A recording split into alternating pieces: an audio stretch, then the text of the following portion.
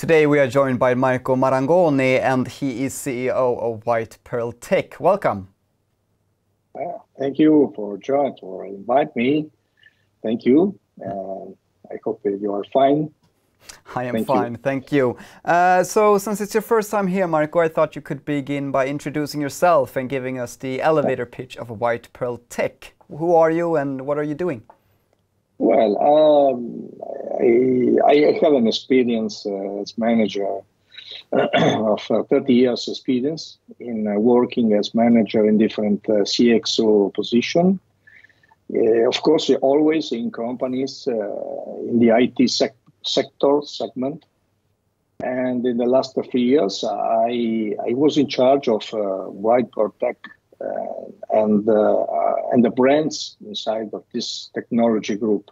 So, as I explained, it is a technology group. We are selling services. We are doing, implementing, executing projects for the main vendors project, and also for we are doing projects for our own IPs, software platforms.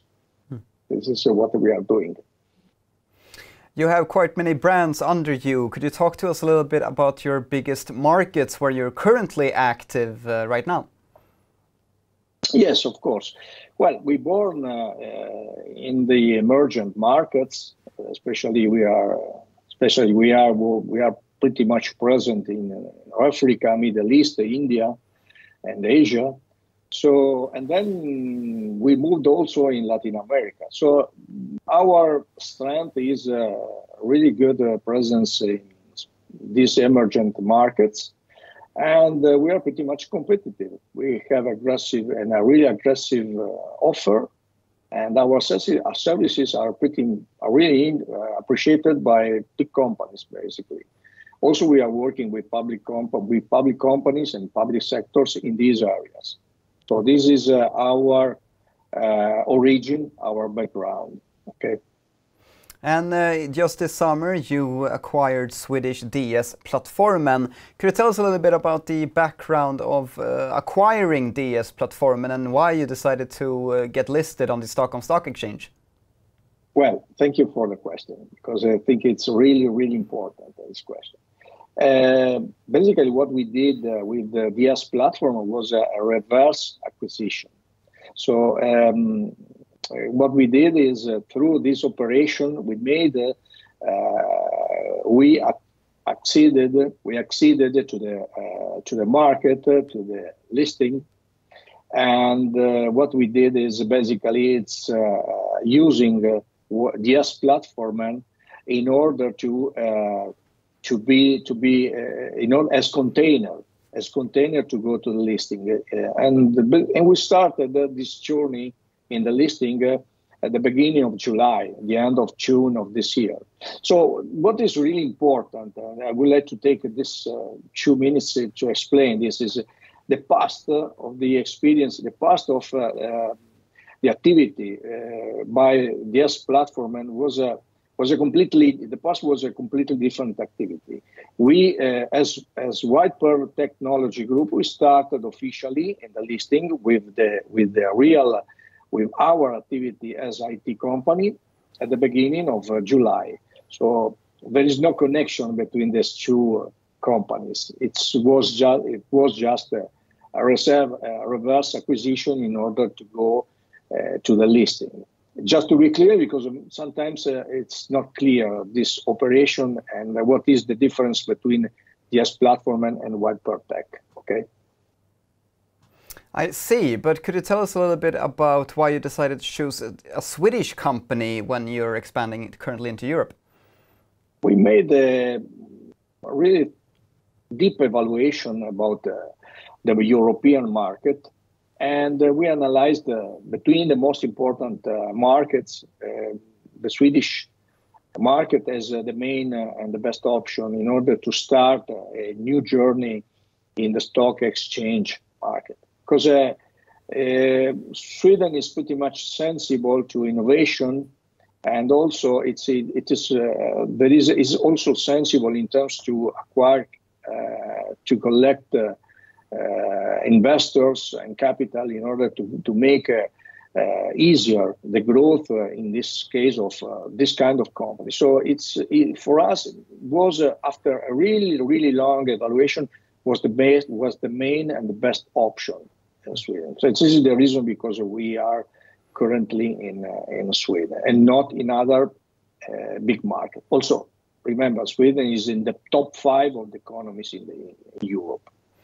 Considering then your origins in emerging markets, I'm curious to know how the addressable market in Europe compares to you.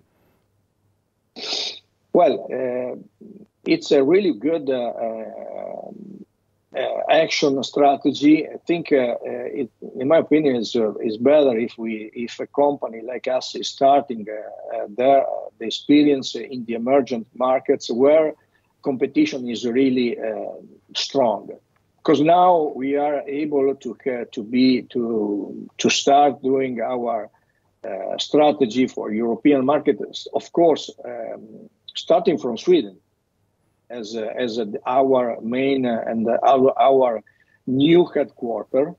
So starting from Sweden, we believe we will be really aggressive for this market, and we probably create interesting challenges to the current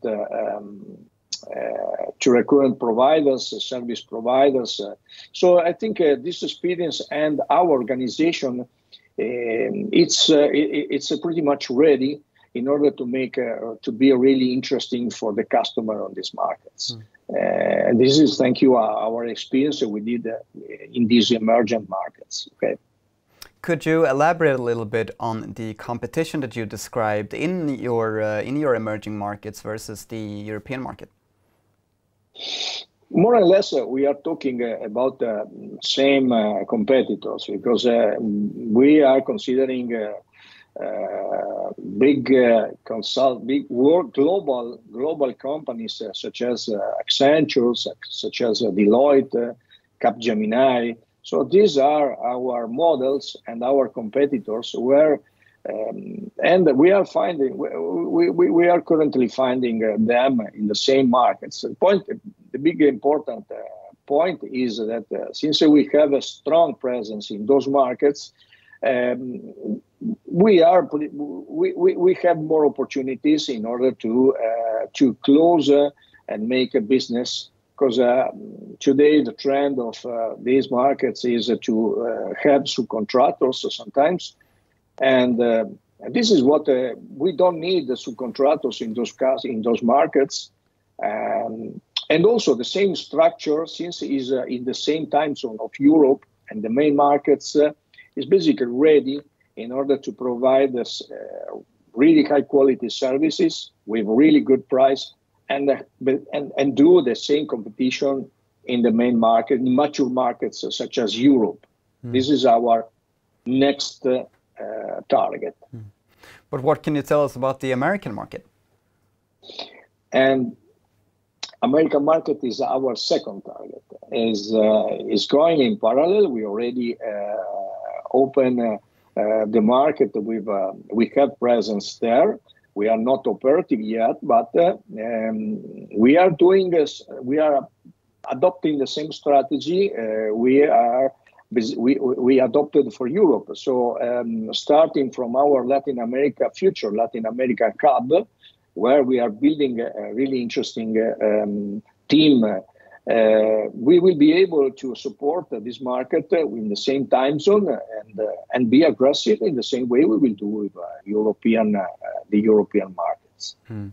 But what can you tell us then about the timelines when you are expanding towards these markets? Well, I think we are during this year we will be ready to make to do the first steps in Europe. We absolutely sure to do that. We will do that, and actually we already have the plans and a strategy ready. We just need to execute the strategy, but in the next few months we probably make the first announcement. And regarding North American markets and USA, I think we should probably, and in the first half of the next year, we will be ready to start our strategy there. This strategy started with the acquisition of DS Plattformen, but will acquisition play a role continuing the strategy? Yeah, exactly. Even if the growth through acquisition is not the main, this is not the main target. The main factor where we are considering to grow. We are betting more in the organic growth, of course. But a big part, a really interesting part, will be also through acquisition. And we have our wishing list. We already identified our targets, and of course, the first targets in Europe will be absolutely. We already have our target in Sweden, where we will probably start doing our first moves in Europe, and then of course in other places, in other countries. But it's we already have a plan in terms of to do acquisition during this year, and soon we will make again announcement related to this acquisition. Excluding the acquisitions and the expansion, then what sort of pipeline can shareholders look forward to as we're moving forward? It's an interesting pipe. I think it's pretty much optimistic, because we are considering we are working according to the best practices. I think I can say just that this is a huge pipe, and also we already have a huge volume of orders. So it's pretty positive. The future in terms. I cannot share more information, but I am absolutely happy about the volume we already have. Is ready in terms to develop until the end of this year, and probably for the next year. Then Marco Marangoni, thank you very much for answering my questions. Thank you, Michael. Thank you.